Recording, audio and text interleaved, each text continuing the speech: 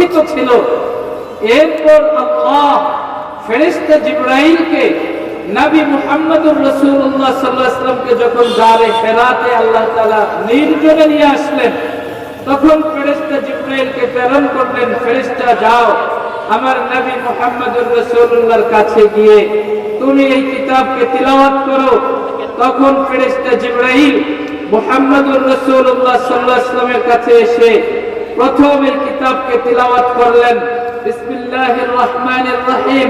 ইকরা বিসমি রাব্বিকাল্লাযী খলাক খলাকাল ইনসানা মিন আলাক ইকরা ওয়া রাব্বুকাল আকরাম আল্লাযী আল্লামা বিল কলম আল্লামাল ইনসানা মা লাম ইয়ালাম।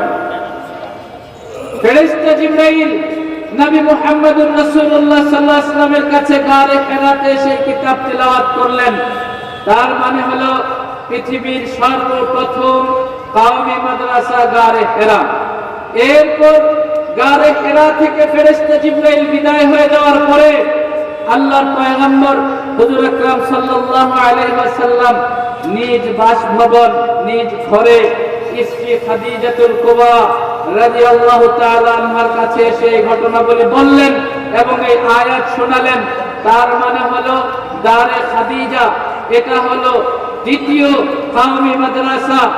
এইভাবে আল্লাহর রাসূল হুজুর আকরাম সাল্লাল্লাহু আলাইহি ওয়াসাল্লাম কিছুদিন পরে 3 বছর পরে যখন আল্লাহ রাব্বুল আলামিন কর্তৃক দাওয়াত দেওয়ার দায়িত্বপ্রাপ্ত হলেন, নবুয়ত প্রকাশ করার জন্য নির্দেশিত হলেন, তখন আল্লাহর রাসূল সাল্লাল্লাহু আলাইহি ওয়াসাল্লাম গারে সরে দাঁড়িয়ে তৃতীয়বারের মতো সবাইকে ডেকে একত্রিত করে নবুয়তের ঘোষণা করেছিলেন।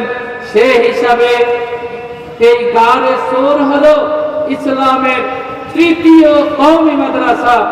আল্লাহর পয়গম্বর যখন তার দাওয়াত শুরু করলেন, আল্লাহ তাআলার এই হিদায়াতের বাণী প্রচার শুরু করলেন, কোরআনের তিলাওয়াত যখন শুরু করলেন, আরবদের নির্যাতন যখন হতে শুরু করলো, আল্লাহর পয়গম্বর আব্দুল্লাহ ইবনে আরকাম এই দারুল আরকামকে নিজের নবুয়তি কার্যক্রম পরিচালনা করার মারকাজ ঘোষণা করলেন।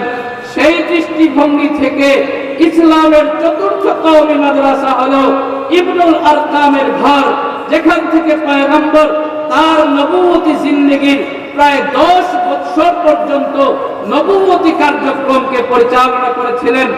এরপর আল্লাহর পয়গম্বর এখান থেকে হিজরত করে মদিনায় যান।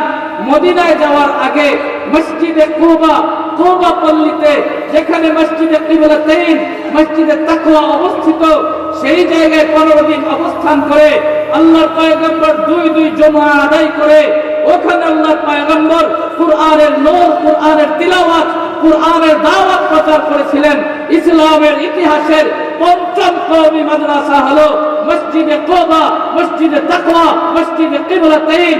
এর 15 দিন পরে আল্লাহর পয়গম্বর সাহাল আর সুহাইল নামক 2 এতিম বাচ্চার জায়গা ক্রয় করে মদিনার মসজিদে নববী প্রতিষ্ঠা করেছিলেন। মদিনার মসজিদে নববীর সঙ্গে আল্লাহর পয়গম্বর আহলে সুফফা নামক এক মাদ্রাসা প্রতিষ্ঠা করেছিলেন। এটা হলো